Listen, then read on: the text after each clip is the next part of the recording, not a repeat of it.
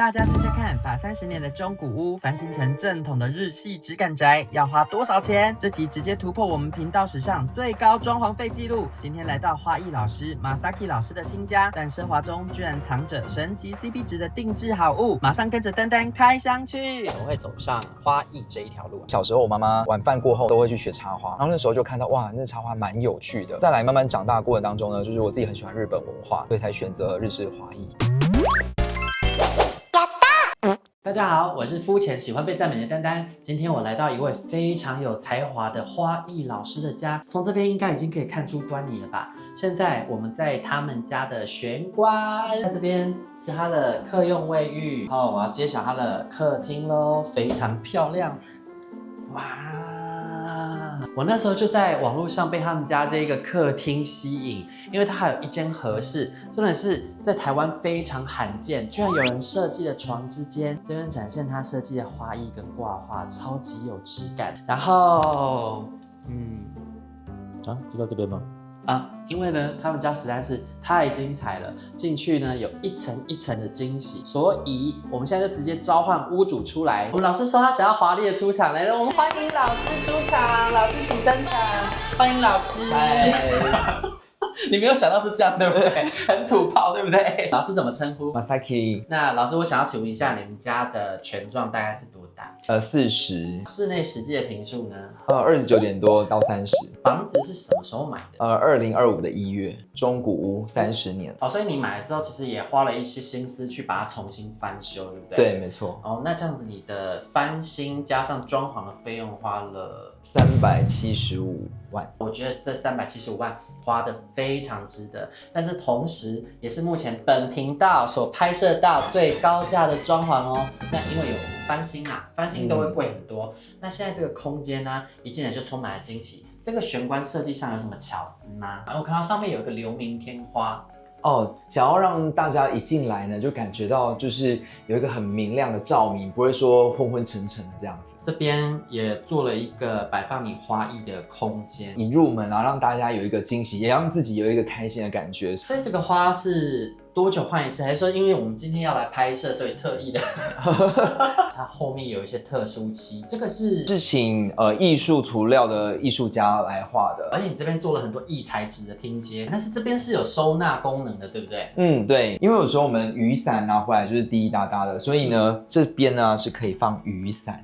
你这个瘦瘦的小格子里面放伞，对，右边那边就是鞋柜。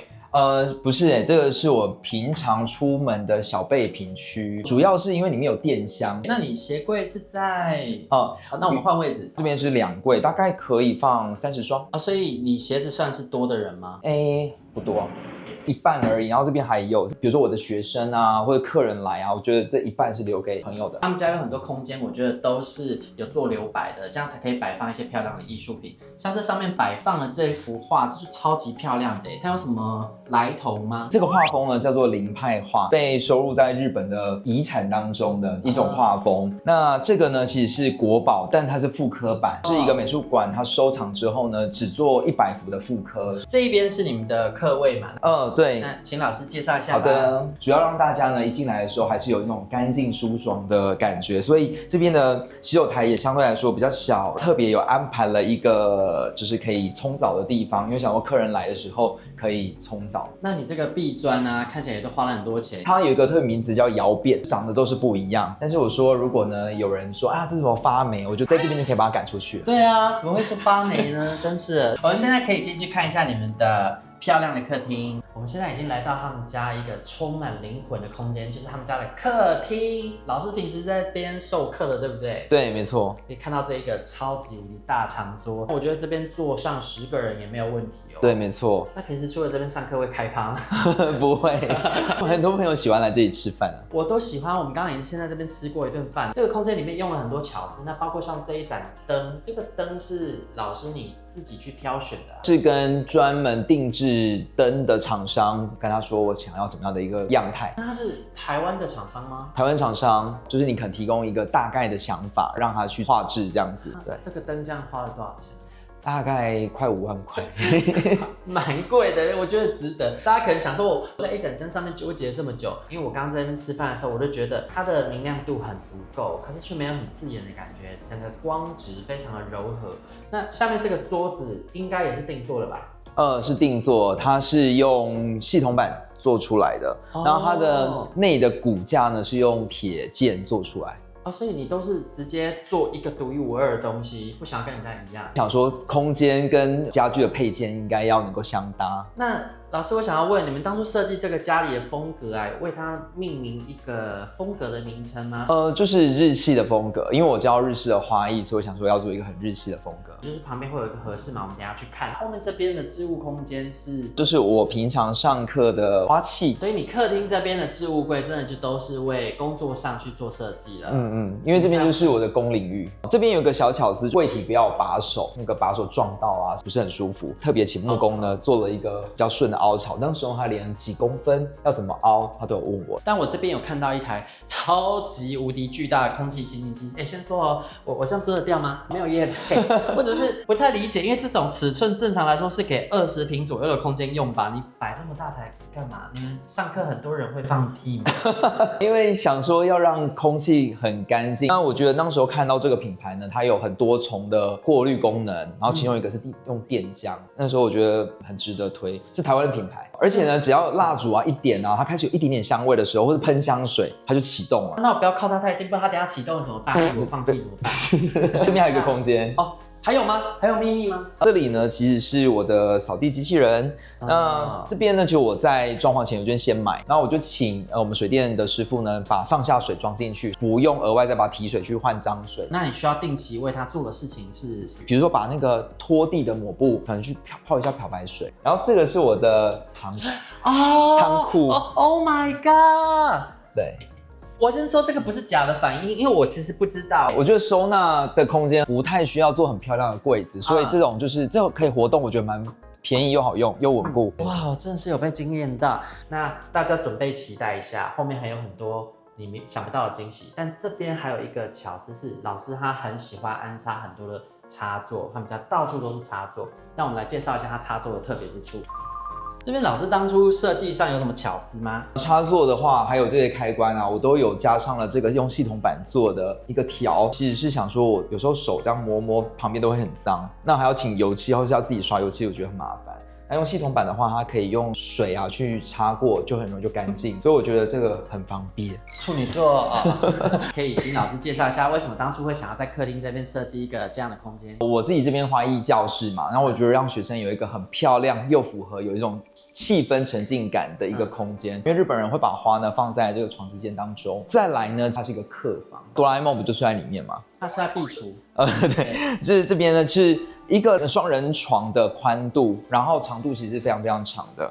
对，示范，老师可以继续解说。我是背景板，里面呢就可以放枕头啊、棉被啊、床垫啊。榻榻米躺起来没有想象中的硬哎。我觉得蛮舒服的。然后这个卷帘拉下来之后呢，它就变成一个客房。这个空调是直接客房跟客厅一起共用的。你这个房子的总价是1200万，含机械车位啊，然后全幢是40平嘛，对不对？对。贷款啊，每个月大概要还多少钱？大概要3万多。有做新青安吗？有30年。这边就是老师说的平时摆放花的地方，但这边好像还有什么特别之处吧？因为在床之间呢，他们这个柱子呢有点像是，比如这主人他的一个精神象征，这个木头呢就会特别去挑选过。那这个是我去彰化的一个地方去买的，现在就随着时间的风化而有的这样。老师他其实是蛮有情调的人哦，他喜欢这些古建或者是一些有历史刻痕的东西。为什么呢？来，摄影师，我们往上看一下这一盏灯。老师，这个灯是古建吧？那这个呢，大概有100年左右，它是台湾的灯，但它是在日治时期的时候制作的，所以它有时候会有一些厚度的不太一样。那我觉得那样光比较自然。而且你这一间客房啊，它的涂料很不一样。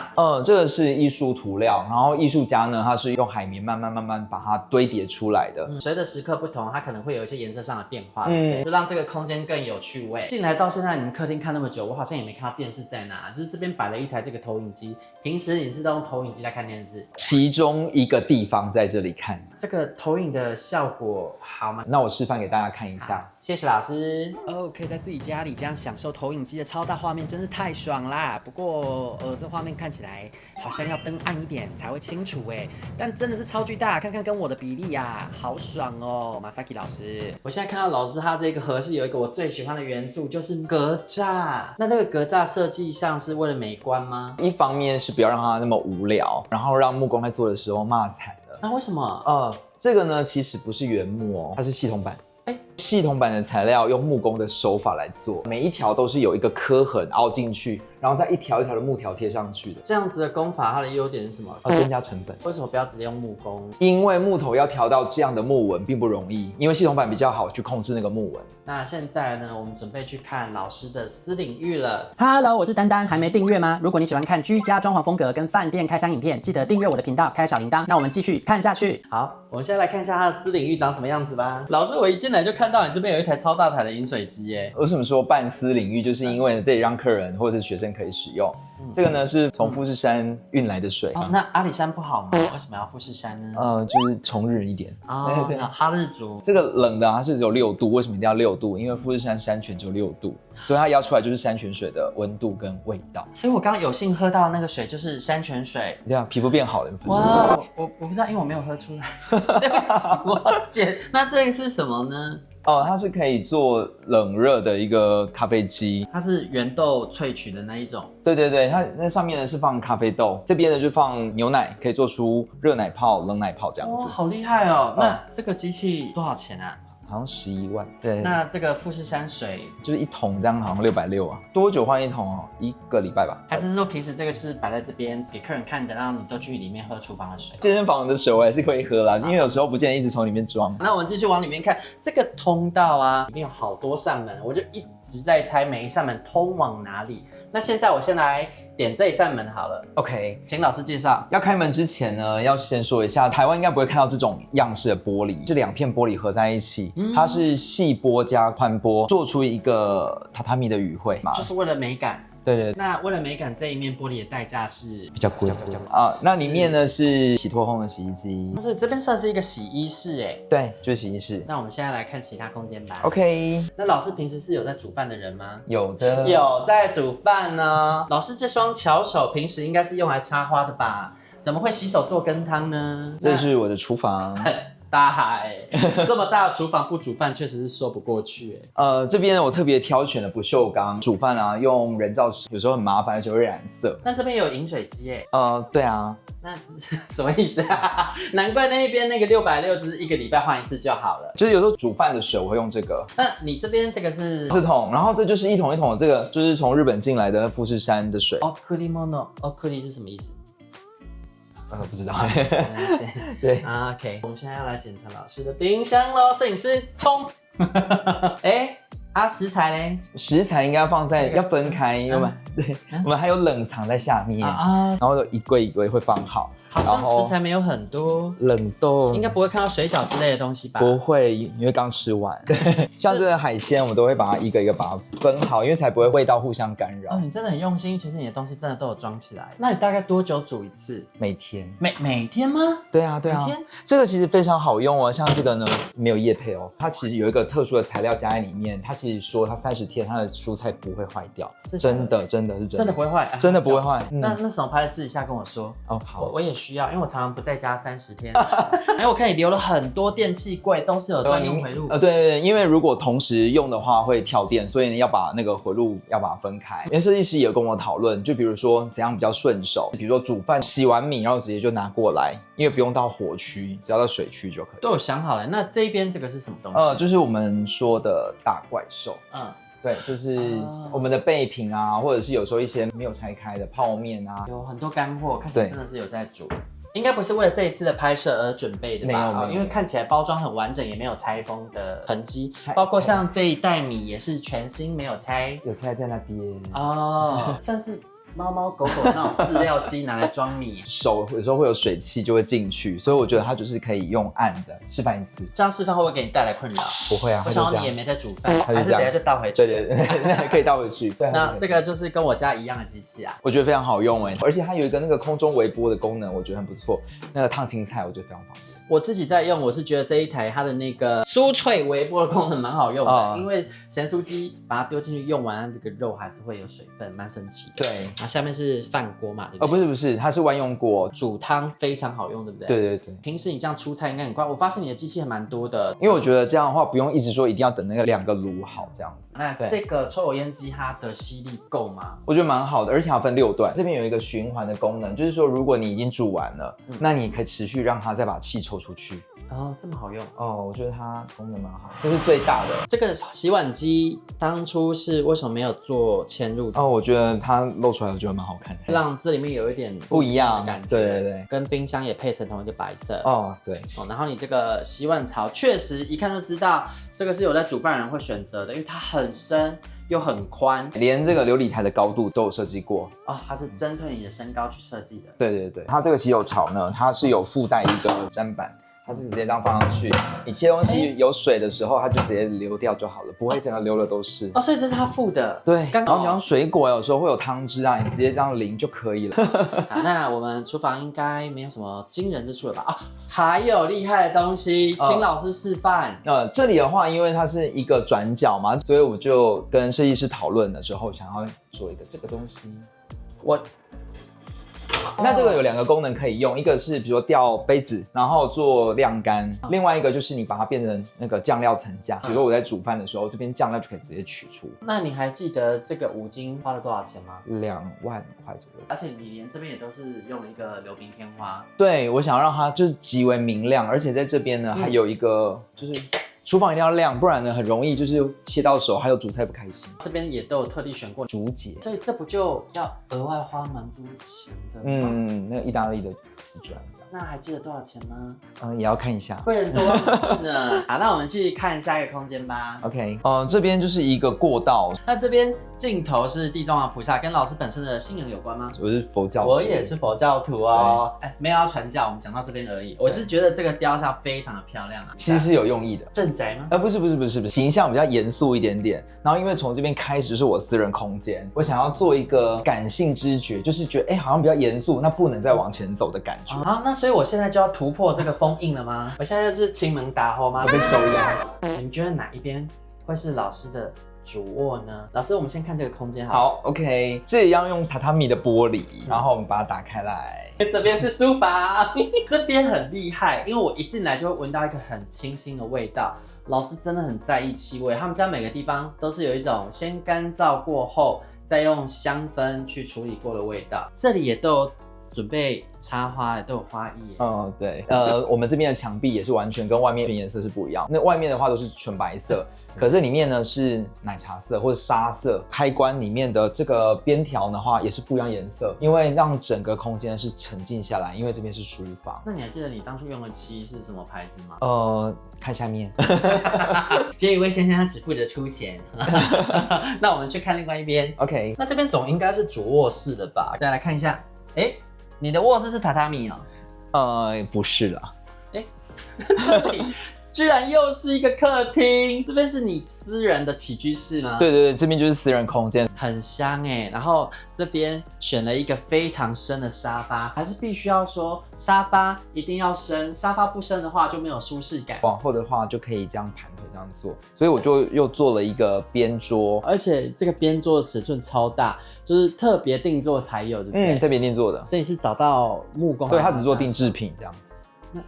只做定制那应该蛮贵的吧？8000啊，比我的还便宜啊！我的还不是定制品哎。那个资讯可以分享吗？可以。没有业配，不是真的太便宜了吧？这食物真的很棒。那它还有什么特异功能吗？再换个方向，使唤老师2个人做的时候就可以变这样啦，就是可以这边喝杯小酒谈恋爱，很棒哎。那你是在这边看电视的多，还是去那边用投影机的多呢？这边。然后我看到一个很昂贵的东西，我可以拿出来吗？可以，那你可以把门关起来就好了。好厉害哦，居然发现。对啊，我就突然发现，哎，这边怎么有一颗蒂瓦雷呢？大家认识它吗？老师要分享一下这颗花了多少钱吗？好，几个万吧。我发现你下面放了很多的插座，是本人有插座焦虑症吗？有这是什么意思呢？下面怎么那么多插座呢？因为有时候会有音响啊，或者 Switch 啊，然后有需要有插座的。有时候是怎样？这些东西是什么薛定谔的猫吗？叠加态吗？因为我现在没看到。因为你来了，所以把它收起来。像这边就是一个客房，然后有时候朋友打地铺的时候就是充电啊。大家睡这一侧，然后每个人都可以插。看到我的老朋友啦，那个 IKEA 的甜甜圈灯，意外的跟这个和风的空间好像也有点 match 就是凑热闹也去买一盏。那时候本来就想要买，然后因为这个跟我那眼灯的颜色几乎一样，所以我就想说，可以在这边有一个搭配。这一盏盐灯，它的形式看起来很有质感，不会俗气。那这一幅立体的，帮我做艺术涂料的设计师画的，送给我这个作品，这看起来非常的精致那现在呢，我们这边聊了那么久，总是要来到重头戏了吧？这个充满仪式感的地方，应该就是你们家的主卧室了吧？对，我们要来揭晓了，它的卧室。我觉得很有仪式感我家以后也要这样用。没想到有人真的耗费重资把家里打造成这样。那这边有什么巧思吗？首先床是定制的，就是跟刚刚那个边桌是同一个木工师傅。请老师解说，然后我来检查一下这个床的质感。这个呢是完全没有拼接，它是一体成型的木头，然后它选用的是那个北美沉木，然后它的脚呢其实用古法的那个卡榫的方式去把它接起来。真的对，然后在里面呢就是有8只脚。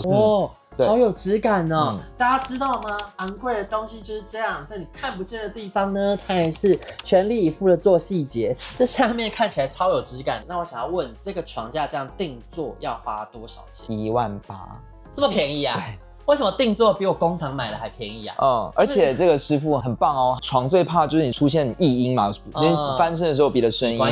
对。因为一般是不愿意让你上去踩的，因为他觉得你一定会挑剔很多。他说让你上去踩，他说绝对不会有声音，有声音就帮我调到没有声音。这个是什么尺寸啊？双人架的手工定制的床架。1.8万，我不想公布那个木工了，因为我怕我以后买不到，或者是以后它涨价怎么办呢？而且亲自到你家安装，不是委托那个货运司机。那木工他是在什么县市？彰化。你光是床架还不够惊人，我觉得你的床头柜也很有质感。你这个也是同一个木工定制的吗？对啊。那它下面这边做了一个镂空的空间，刚好可以放像这样子香氛灯，看起来很有质感。那这个背板，我看它不是一整面平面的木头对，它是做出凹凸的刻痕，就是用木工的技术去做出来的，这是木工，所以这个应该蛮贵的吧？很贵。然后还好木工算错钱，他赔钱。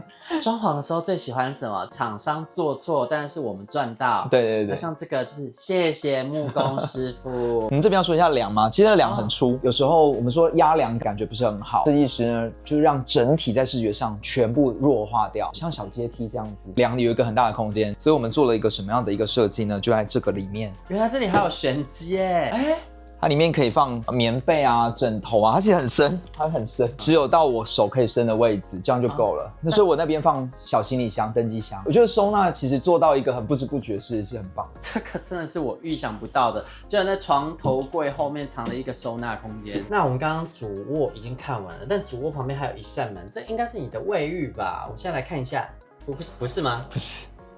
哇，是更衣室空间真的好奢侈哦！你们家到底有几个房间啊？房中又有房，或这样子串成一串，这格局真的超特别的。就是当时我把结构墙留着而已，其他全部都打掉，然后全部重新规划这样。像你的衣柜其实并没有封闭起来，那因为呢，我已经用了除湿机，如果除湿机又用门板的话，那就没有功能了。它一开下去，全部的衣服都不用担心会有发霉的问题。这也是一个防潮的巧思我可以学起来。前提是我家要有一个这么好的更衣空间，然后这个就是淘宝的镜子，终于出现淘宝货了。这个是可以有灯的就是好像9暗有灯吧？哇 ，Made in China 我可能忘记怎么开了。淘宝要3思哦。那我们现在来看一下它的卫浴，要拍了再开吗？来不用可以直接进来。 OK 好，当自己家，不要客气的。来。介绍啊。开始了吗？开始了吗？开始。OK，当时候在选这个材质的时候，想说我们要有一个高级感，所以我这边选了比较实材的这种瓷砖。我觉得那设计师非常非常棒哦，他那时候还会问我说，你的切面，就是我们看见这个缝的面是要在这边看到还是在这边看到？他很心细耶，是处女座吗？对，我就知道处女座最适合做什么室内设计。对，然后我觉得这边还有一个惊喜是淋浴空间里面的砖看起来也是特别挑选过的。它是日本砖，然后旁边这个比较像石材，这是意大利砖。那因为呢，砖用的不多，因为砖其实蛮贵的。那这个呢是用莫内的睡莲来当设计，发想瓷砖的名字就叫睡莲。还有一个东西耶，老师请介绍这是什么呢？哦，这是电热毛巾杆，因为我很怕毛巾会有那个潮湿的那个霉味。这个是哪里？也是淘宝找的吗？不是，是德国。哇 ，Made in Germany， 不一样了哦。那应该是蛮贵的。我对老师有一些疑问，因为我听说老师会的不只是花艺，其实老师他本身是……对，就是我是念中文系。